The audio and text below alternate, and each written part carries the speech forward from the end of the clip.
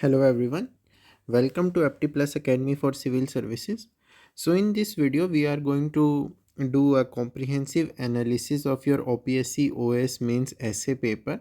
So we will be doing analysis of the past 5 years, that is from 2019 to 2023, and we will be also discussing the preparation strategy and the way forward. So let's begin. So the first thing is regarding your essay paper in general. ठीक है, तो जो आपका अभी present format है according to that in this essay paper, so it is a 250 marks paper and these marks are added to the merit list. जो जब आपका फाइनल स्कोर कैलकुलेट होगा, so it is one of the papers जिसके marks उसमें add होंगे. ठीक है, ये एक बहुत ही इंपॉर्टेंट चीज़ है. It is often neglected paper. Often neglected in the sense students को लगता है हमने जीएस प्रिपरेशन कर लिया है तो अब हमारा ऐसे ईजिली हो जाएगा, but that is not the case. It requires a proper strategy, it requires proper practice and proper preparations. We will be discussing that now. Regarding the format, तो फॉर्मेट जो पिछले 5 सालों को अगर हम एनालाइज करें तो फॉर्मेट चेंज किया है ओपीएससी ने, कमीशन ने, पिछले 5 सालों में.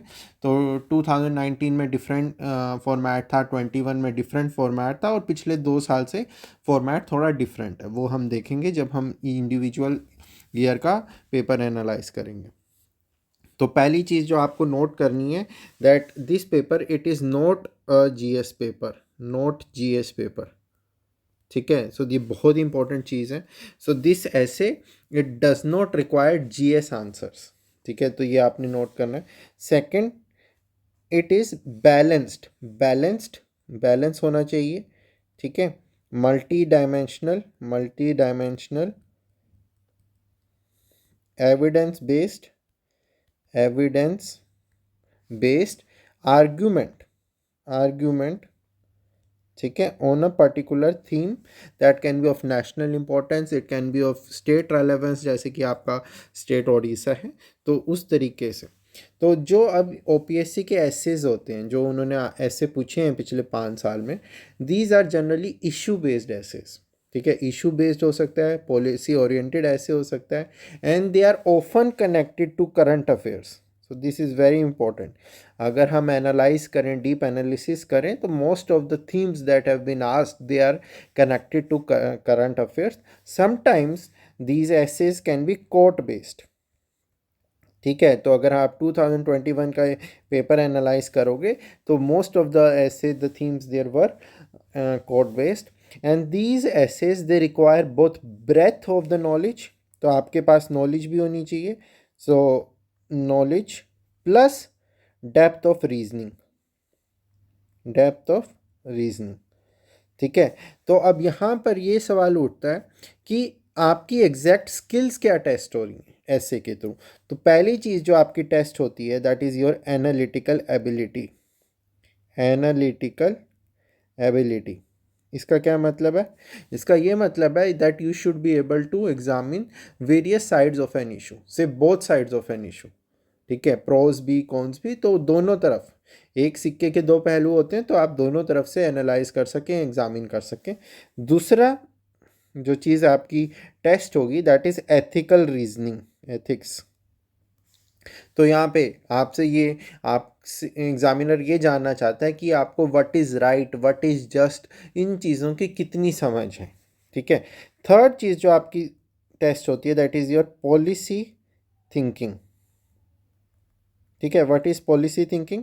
नाउ जब आपको कोई भी आपको थीम दिया जाता है, ठीक है, क्या आप उस थीम से रिलेटेड सॉल्यूशंस ऑफर कर सकते हैं. तो policy thinking that is basically your way forward. Fourth, अगर मैं इसको इरेज करूं, तो फोर्थ आपका जो टेस्ट किया जाता है दैट इज़ योर अवेयरनेस. ठीक है, अवेयरनेस आपका, चाहे वो नेशनल इशू हो, चाहे वो इंटरनेशनल ग्लोबल इशू हो, तो वो आपका टेस्ट होगा. फिफ्थ चीज़ जो टेस्ट होती है that is your societal sensitivity.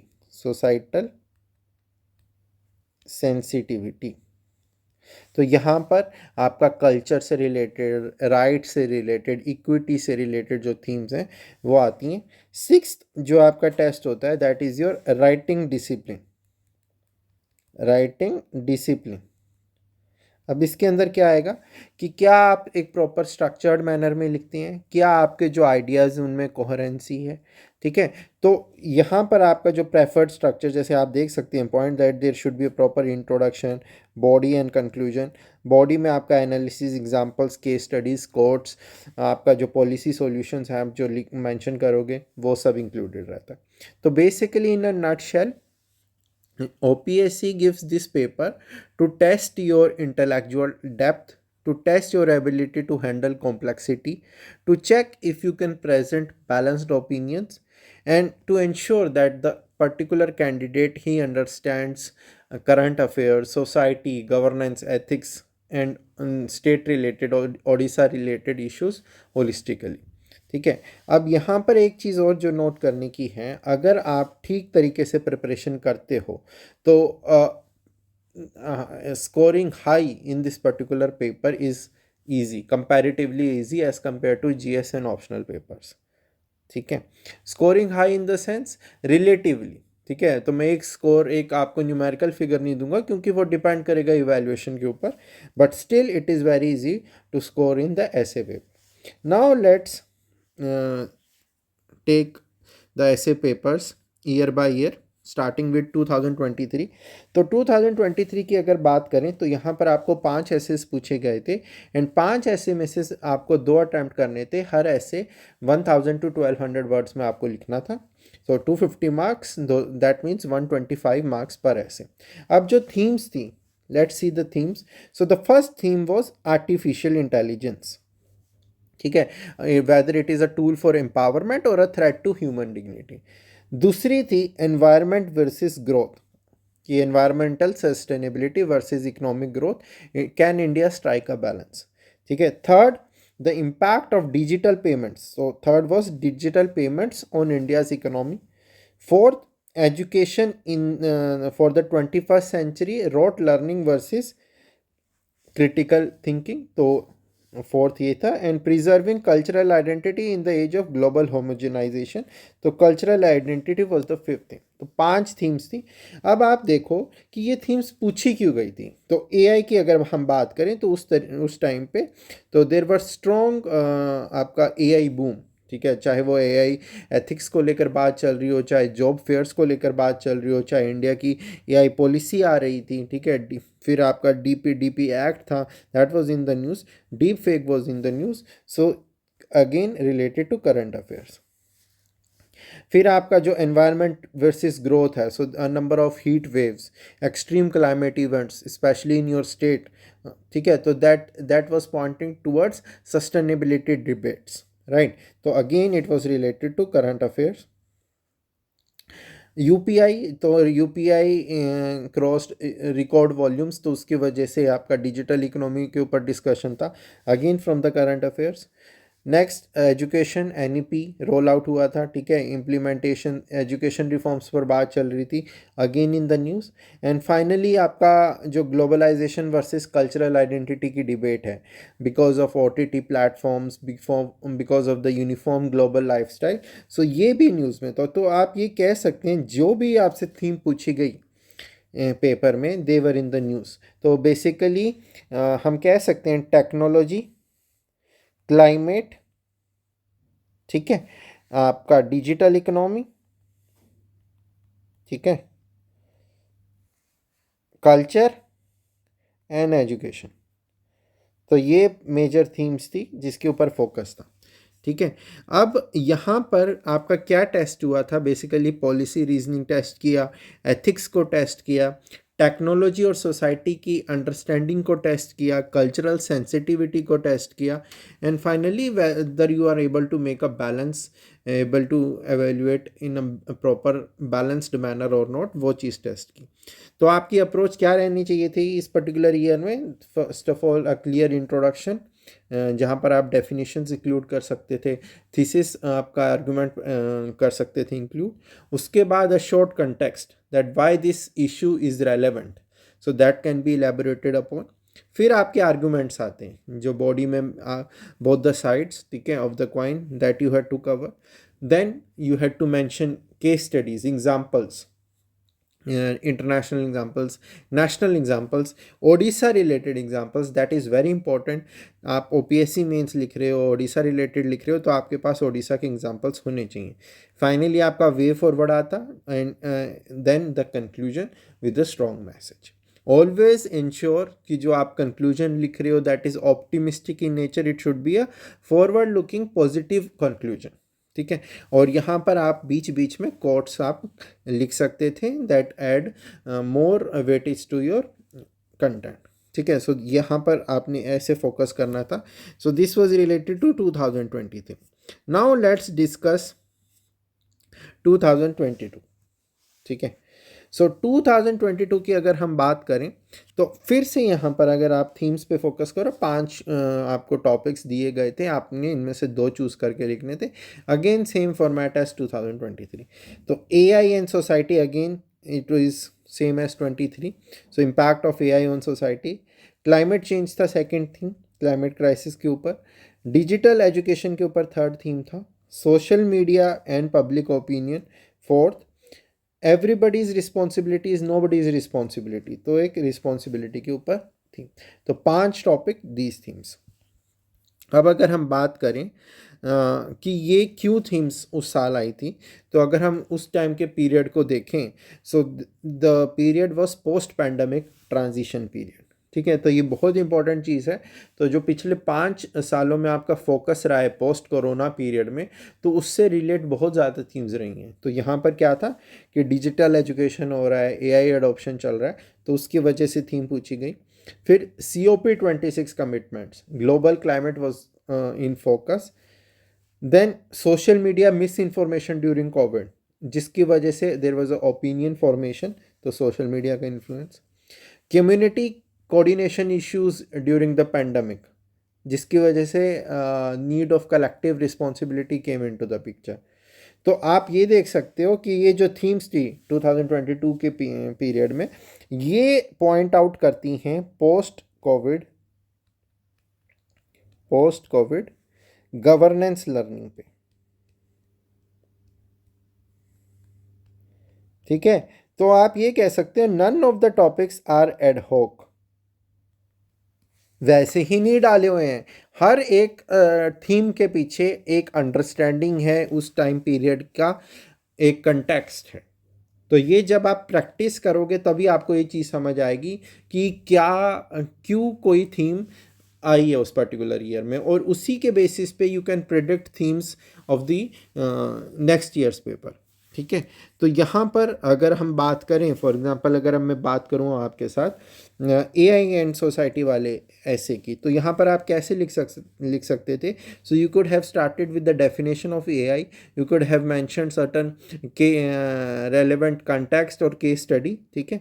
उसके बाद बॉडी में you could have covered the opportunities like productivity, better governance etcetera. फिर आपने challenges, so they form the 2 sides of the coin. Challenges में बायस, मिस इन्फॉर्मेशन, अनएम्प्लॉयमेंट एक्सेट्रा, वो चीज़ cover होंगी. और यहाँ पर आपने एक चीज़ नोट करनी है, एक जैसे आप एक अपॉर्चुनिटी कवर कर रहे हो से प्रोडक्टिविटी, तो वहाँ पर डाटा दो, वहाँ पर केस स्टडीज़ दो, ठीक है. ये नहीं कि you are giving generic information, so you have to substantiate also. So उसके बाद गवर्नेंस में आपका ऑडिट्स आ गए, DPDP एक्ट की गाइडलाइंस आ गई, उसके प्रिंसिपल्स आ गए. Then examples, Odisha related examples से AI फॉर एग्रीकल्चरल एडवाइजरी, तो उस तरीके की आप एग्जाम्पल्स डालेंगे, ठीक है. तो ये चीज़ थी. अब ये 2000 आपका 22 का जो एग्ज़ाम था, so point to be noted, AI बहुत ज़्यादा रिपीट हो रहा है. डिजिटल मीडियम के ऊपर क्वेश्चन आ रहे हैं, सोशल मीडिया के ऊपर क्वेश्चन आ रहे हैं, ठीक है. तो ये चीज़ हम जब आप पाँचों सालों का कंबाइंड एनालिसिस करेंगे, मैं तब भी बताऊंगा कि कैसे कुछ थीम्स हैं जो कि बार बार आती हैं, ठीक है. Now let's move to the 2021 paper. अब 2021 की अगर बात करें तो वहाँ पर थोड़ा फॉर्मेट अलग था, पेपर में फॉर्मेट अलग था. और उसमें क्या था कि आपको लिखने 2 ही एसेस थे, ठीक है, only two essays had to be written. But यहाँ पर आपने एक चीज़ नोट करनी थी कि 2021 के पेपर में 2 सेक्शंस थे, ठीक है, सेक्शन ए सेक्शन बी, जैसे यूपीएससी में होता है। And 4 essays were given in section A, 4 essays in section B, and you had to choose one out of each section. And the themes and the type of the essay totally UPSC oriented, quote based essays, जैसा कि UPSC में भी trend है, ठीक है। तो philosophical और related to current affairs वो आप हर एक में निकाल सकते हो। So the themes were, number 1 mistakes के ऊपर, like your best teacher is your last mistake, totally philosophical essay. Corruption was the second theme, like people's indifference is the best breeding ground for corruption. Seeds of effort, that don't judge each day by the harvest you reap but by the seeds that you plant, ठीक है। Grid versus sustainability, तो ये एक important theme जो कि अभी 23 में भी आई थी। लीडरशिप के ऊपर एक था, that leadership is unlocking people's potential to become better. Rights के ऊपर था, हिस्ट्री के ऊपर था, that a generation which ignores history has no past and no future. Women's education के ऊपर क्वेश्चन था, ठीक है, that you educate a man, you educate a man, you educate a woman, you educate a generation.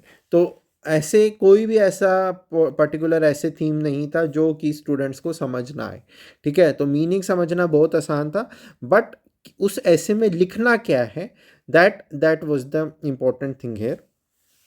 तो अब अगर हम themes की बात करें तो कोविड के दौरान, अगेन आपको ध्यान रखना है, कोविड को आप ध्यान माइंड में रखिए। तो during Covid number of mistakes were conducted, तो उन मिस्टेक से what can be the learning, ठीक है। तो वो एक थीम बन सकती है जो जिसको आप रिलेट कर सकते हो मिस्टेक्स से। करप्शन ड्यूरिंग रिलीफ ऑपरेशंस, तो जिस वजह से अकाउंटेबिलिटी की डिबेट्स बहुत ज़्यादा थी, सो वो चीज़ है। क्लाइमेट कॉन्शियसनेस, ठीक है, उसके ऊपर क्वेश्चन था, greed versus need, right. Then NEP 2020 it emphasized historical awareness, cultural roots of society, तो वो था। लीडरशिप ड्यूरिंग द पैंडमिक, तो लीडरशिप के ऊपर क्वेश्चन आ गया। और वुमेन रिलेटेड थीम्स एक्सेट्रा, ये तो न्यूज़ में रहती हैं। तो ये आप कह सकते हो कि 21 में भी जो थीम्स थी, दे वर basically related to the ethical leadership and value based concerns which occurred during the COVID tragedy, ठीक है। तो अब यहाँ पर इन टाइप के एसेज में जो कि बेसिकली कोर्ट बेस्ड होते हैं, तो यहाँ पर आपने जो पैटर्न फॉलो करना है उसमें आप क्या कर सकते हैं। तो first of all you should know the meaning, ठीक है, एक proper holistic meaning, not one sided meaning, a proper holistic meaning you should be aware of. तो यहाँ पर इंट्रोडक्शन में you can restate the meaning of the quote और the given aphorism, ठीक है। Then you have to explain the logic, logic क्या है, ठीक है, वो लेके आओ। थर्ड जो आपने फोकस रखना है, that is real world examples, ठीक है। तो जब आप रियल वर्ल्ड एग्जांपल्स दोगे, क्योंकि quote based essays mostly you have to substantiate with the help of examples, you have to ensure proper structuring, ठीक है। जैसे आपका पेस्टल होता है कि पॉलिटिकल एंगल के एग्जांपल्स दे दिए, फिर इकोनॉमिक के दे दिए, देन साइंस बेस्ड सोशल दे दिए, टेक्नोलॉजी के दे दिए, आपका एनवायरनमेंट रिलेटेड दे दिए, लीगल दे दिए। तो उस तरीके से you have to ensure a proper structured format. फिर आपको फाइनली जो आपका पॉलिसी वे फॉरवर्ड है, पॉलिसी सॉल्यूशंस आप देना चाहते हो, that you have to include. And finally you have to do a conclusion with a strong moral message, ठीक है, स्ट्रॉन्ग मोरल मैसेज, उसके ऊपर फोकस होना चाहिए। So this was related to 21, ठीक है। तो हम ये कह सकते हैं कि जो 23 और 22 ये एक पैटर्न पे थे, 21 एक पैटर्न पे था, ठीक है। तो this you have to remember. Next 2020 की अगर हम बात करें अब, सो 2020 में अगेन थोड़ा पैटर्न अलग था। सो इन 2020 आपने जो अभी तक क्या चल रहा था 21, 22 एंड 23 में, कि आपको 2 एसेज लिखने थे, ठीक है, 2 essays you had to write, and these essays they were of 125 marks each, ठीक है। अब जब हम 2020 पे आ गए हैं तो यहाँ पर 6 ऐसे हैं, कोई सेक्शन नहीं है, और पेपर भी अब 250 मार्क्स का नहीं है, 200 मार्क्स का है, 200 marks. And another thing, you have to write only one essay, one essay. ठीक है, और ये इसलिए था कि फॉर्मेट डिफरेंट था। बट एक चीज़ आपको ये हमेशा ध्यान रखनी चाहिए कि ये हमेशा this is a competitive exam, this is not your academic exam, आपका कॉलेज का स्कूल का एग्ज़ाम नहीं है। फॉर्मेट कभी भी चेंज हो सकता है। ठीक है, तो 250 मार्क्स में भी कमीशन बोल सकता है कि एक ही ऐसे लिखो, ये भी बोल सकता है कि 2 ऐसे लिखो, ये भी बोल सकता है 3 ऐसे लिखो। तो हमें इस चीज़ में एक फिक्स्ड माइंडसेट के साथ नहीं जाना चाहिए। हमारा ये होना चाहिए कि ठीक है, अभी तक दो ऐसेस का पूछा गया तो मेरी ये स्ट्रैटेजी है। अगर 3 पूछे गए तो मैं 2 को 3 में डिवाइड कर दूंगा। अगर एक पूछा गया तो जो जितना टाइम मैं 2 लगाने में लगाया है, मैंने जो अपने अप्रोच रखी है उसको मैं एक में फॉलो करूँगा। ठीक है, तो उसमें कोई बड़ी बात नहीं है अगर number of essays they can vary. ठीक है, next that you have to now see is the themes. तो पहला था generic themes like cultural diversity in India, सीधा टॉपिक है, कुछ आगे पीछे इसमें नहीं है। Environmental protection in India, women empowerment, nothing, straightforward generic. Post corona world challenges and priorities, तो ये कोरोना पीछा नहीं छोड़ रहा है। ठीक है, globalization and its effect on democracy, art for art sake or art for society, so basically role of art. सो ये एक आपका फिलोसफिकल कोड बेस्ड हो गया। ठीक है, अब यहाँ पर अगर हम बात करें कि ये क्यों पूछे गए 2020 में, अगेन मैं वही चीज़ कहूँगा कि this particular paper it reflected the transformations which were caused by corona, that is covid, as well as your national debates. अब जैसे बात करते हैं CAA, उस पीरियड में CAA को लेकर बहुत प्रोटेस्ट चल रहे थे, आइडेंटिटी को लेकर बहुत सारा डिबेट्स चल रही थी, तो उस पर पूछ लिया। कोविड आउटब्रेक था, कोविड, ठीक है, तो पोस्ट कोरोना के ऊपर ऐसे आ गया। तो पहले वाला आपका डाइवर्सिटी हो गया, दूसरा कोविड हो गया। वुमेन फ्रंटलाइन वर्कर्स, ठीक है, सो gender empowerment was the focus. ठीक है, ग्लोबल स्लो डाउन, तो जिसकी वजह से ग्लोबलाइजेशन डेमोक्रेसी से रिलेटेड टेंशंस थी। एनवायरमेंटल डिजास्टर्स वर अकरिंग वर्ल्ड वाइड, तो एनवायरमेंटल प्रोटेक्शन पूछ लिया। OTT का कल्चरल डिबेट, तो आर्ट का रोल पूछ लिया।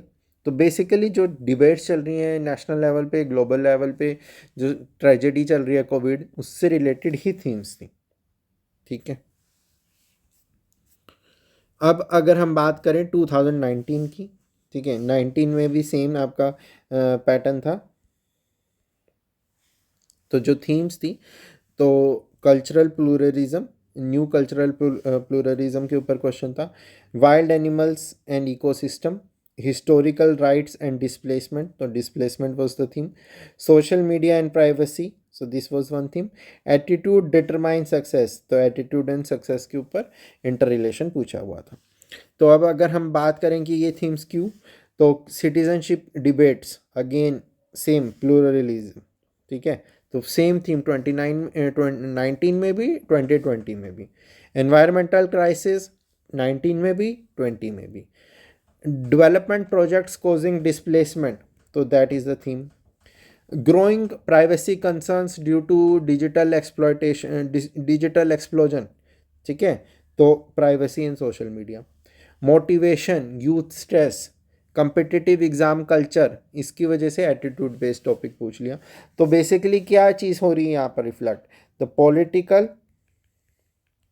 Environment and technological shifts of that period. ठीक है, तो उसके ऊपर आपसे पूछा गया। तो अगर हम पाँचों सालों का कंबाइंड एनालिसिस देखें, तो आपने एक चीज़ नोट करनी है क्विकली कि first thing, technology and ethics, this appears every year. AI, digital payments, privacy, social media. So this is a very important theme. Technology and ethics. Environmental and climate related themes, highly repeated. ठीक है, तो दूसरा आपका जो priority रहेगी environment, wild life हुआ, climate change हुआ, sustainability हुआ। थर्ड चीज़ है culture and identity. Culture and identity. ठीक है, यहाँ पर फोकस आपका प्लूरलिज्म, कल्चरल प्रोटेक्शन, ग्लोबलाइजेशन, इसके ऊपर है। फिर आता है आपका education. Education, rote versus thinking, digital learning, ठीक है, education reforms, so that is fourth. Fifth, value based essays, quote based essays, like ethics के ऊपर आ गया, लीडरशिप के ऊपर, रिस्पॉन्सिबिलिटी, पब्लिक अकाउंटेबिलिटी, तो ये आपका है। तो ये themes again repeating, technology and ethics, environment and climate, third culture and identity, fourth education and society, fifth value based essays. तो आपका फोकस इन 5 चीजों पर होना चाहिए। So this is very important. Now, so we have done the analysis of the past 5 years. Now let's quickly discuss how to prepare. ठीक है, तो सबसे पहली चीज है build foundation. Build foundation on the recurring themes. तो कौन सी themes? Technology, tech, environment, education, culture, democracy, women, value based. तो इन थीम्स के ऊपर you have to build foundation. कैसे करोगे? सबसे पहले आप रिसर्च करोगे, ठीक है, एंड रिसर्च करके हर थीम से related you will B preparing notes. Notes in the form, आपके पास हर थीम से रिलेटेड डाटा होना चाहिए, लेटेस्ट डाटा होना चाहिए, केस स्टडीज़ होनी चाहिए, both national, international as well as Odisha related. आपके पास हर थीम के लिए कोट्स होने चाहिए। ठीक है, तो ये आपने अपनी शॉर्ट नोटबुक बनानी है और उसमें शॉर्ट नोट्स बनानी है। ठीक है, तो जब भी फॉर्म आपका इन पर्टिकुलर थीम पे आएगा तो आप अपने नोट्स में से वो चीज़ों को ड्रॉप करोगे। ठीक है, सेकेंड चीज़, you have to follow a fixed writing format. Fixed writing format, तो पहली चीज़ होगी आपकी इंट्रोडक्शन। इंट्रोडक्शन में आपका कंटेक्स्ट आएगा, बैकग्राउंड आएगा, आपका डेफिनेशंस, थीसिस स्टेटमेंट, वो सब इंक्लूड होगा। Then you will be covering the dimensions, the body. In the body, around 7 to 8 thematic arguments you will be presenting. These arguments, they will be substantiated with the help of case studies, as I have told, international, national, and focus more on Odisha. You will be dropping quotes, you will be dropping data here, statistics here. Then you will be giving the challenges mention करोगे। उसके बाद आप way forward mention करोगे। 3 type of solutions you will be giving: short term, mid term, and long term. And finally the conclusion, which will be positive forward looking conclusion. So this is the format you will be focusing upon. Next thing that you have to remember, that you have to practice in exam like conditions. ठीक है, so at least 10 to 12 essays you have to write in a proper exam like environment. ठीक है, तो वो चीज़ आपने ध्यान रखनी है। अब आप फोकस करेंगे हम कि प्रैक्टिस कैसे करें। तो यहाँ पर आपका एक चीज़ तो होगी जो PYQs, ये 5 साल के आपके जो जितने भी एसेज हैं ये सारे आपने खुद से लिखने हैं। इनका आपने अच्छे से अटैम्प्ट करना है एग्ज़ाम लाइक कंडीशन में। दूसरा है आपका FT+ का इनिशिएटिव्स। यहाँ पर 2 इनिशिएटिव्स आते हैं। एक तो FT+ रेगुलरली अपना ऐसे राइटिंग प्रैक्टिस करवाता है, चाहे वो टेलीग्राम पे हो, चाहे वो उनका ऐसे राइटिंग चैलेंज हो, तो वो चीज़ है। दूसरा है आपका OPSC OS मेंस 2024 प्रोग्राम। तो उसमें भी there are high quality test, तो वहाँ पर भी essay related dedicated test are available, so you can join that test series also. तो यहाँ पर क्या होगा, टेस्ट सीरीज ज्वाइन करने का क्या एडवांटेज है आपके पास, तो वो चीज़ आपको नोट करनी है। दैट फर्स्ट थिंग कि there will be dedicated classes on essay, ठीक है, you will be provided with value added material also. Secondly, जो अब टेस्ट होंगे, these test essay related test, they will be of your OPSC standard. ठीक है, total OPSC format होगा, OPSC standard होगा, and they will be the themes that will be covered, they will be on the basis of highest probability, ठीक है, कौन सी themes इस साल आ सकती हैं वही पूछी जाएंगी आपके। तो अब इवैल्यूएशन की अगर बात करें तो you can see that in a proper structured manner evaluation is conducted and feedback is given. तो यहाँ पर कुछ एब्सर्ड एड होक इवैल्यूएशन नहीं है। तो अगर आप यहाँ देखेंगे मार्किंग स्कीम, तो the student here, this is the copy of your Sneha Das rank 14 OPSC 23। तो आप देख सकते हैं कि किन पैरामीटर्स पर आप इवैल्यूएशन देख पा रहे हैं, दैट फॉर्मेट ठीक है या नहीं है, कंटेंट ठीक है या नहीं, ऑर्गेनाइजेशन ठीक है या नहीं, language, examiners discretion like on in whether the essay is innovative, whether it is engaging or not। तो उन सभी के बेसिस पे you will be provided feedback। ठीक है, comprehensive feedback on the right side you can see the comments have been given कि आप क्या क्या further include कर सकते हो, value addition points have been provided। तो a holistic evaluation and personalized feedback is provided to the aspirants। so ये बहुत हेल्पफुल है। तो जब आप पेपर दोगे एग्जाम लाइक कंडीशंस में और ऐसा फीडबैक मिलेगा तो उसी के बेसिस पे you can overcome your weaknesses and further strengthen your जो भी आपके पॉजिटिव्स हैं, right. Now finally on the final exam day what should be your strategy. तो सबसे पहली चीज़ है कि अगर आपका यहाँ पर हम एक चीज़ नोट करते हैं कि आपका 3 आवर्स का पेपर है, ठीक है, 250 marks and 125 marks for 2 essays, ठीक है। तो ये हमारा हम प्री रिक्विजिट मान रहे हैं। तो यहाँ पर आप क्या करोगे कि आपके पास 180 मिनट्स हैं, ठीक है, तो 90 मिनट्स पर ऐसे, ठीक है। 90 मिनट्स में से 15 मिनट्स आपके चले गए, ठीक है। अभी मैं एक ही ऐसे पे फोकस करूँगा। Spend 15 minutes on making the outline and first of all obviously you will choose the which ऐसे यू विल बी अटेम्प्टिंग। तो वो चीज़ को चूज करने में और उसका आउटलाइन बनाने में give 15 minutes, no straight away starting with writing. तो ये आप अपना रफ शीट में जाओगे और ये अपना स्पेंड करोगे 15 minutes on making the outline. Then कैसे चूज करना है topic which you have strong clarity, ठीक है, जिसका मतलब अच्छे से समझ आ गया, होलिस्टिक एनालिसिस कर सकते हो आप। Then you have the require folder, चाहे वो डाटा हो, एग्जाम्पल्स हो, केस स्टडीज हो, कोड्स हो, वो सब आपके पास है। You can provide policy insights, that is the way forward solutions etcetera. You have to ensure that the language is very simple and sharp.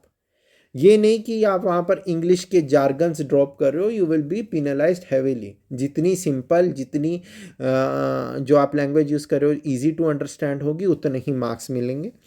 जहाँ पर भी ओडिशा का एंगल लेके आओ, बिकॉज आप ओडिशा रिलेटेड एग्जाम दे रहे हो। Then avoid extreme positions, keep balance. So you have to be diplomatic, you have to show yourself, you have to portray yourself as a civil servant, ठीक है।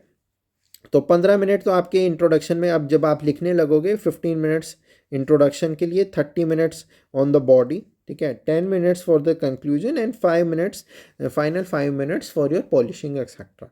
कुछ आपने changes करने हैं, कुछ करना है। जो ऐसे आप लिखोगे it will be like editorial. आप जो हिंदू का एडिटोरियल पढ़ते हो, इंडियन एक्सप्रेस का एडिटोरियल पढ़ते हो, उस तरीके से आपने स्ट्रक्चर करना है, फॉर्मेट बना, ठीक है।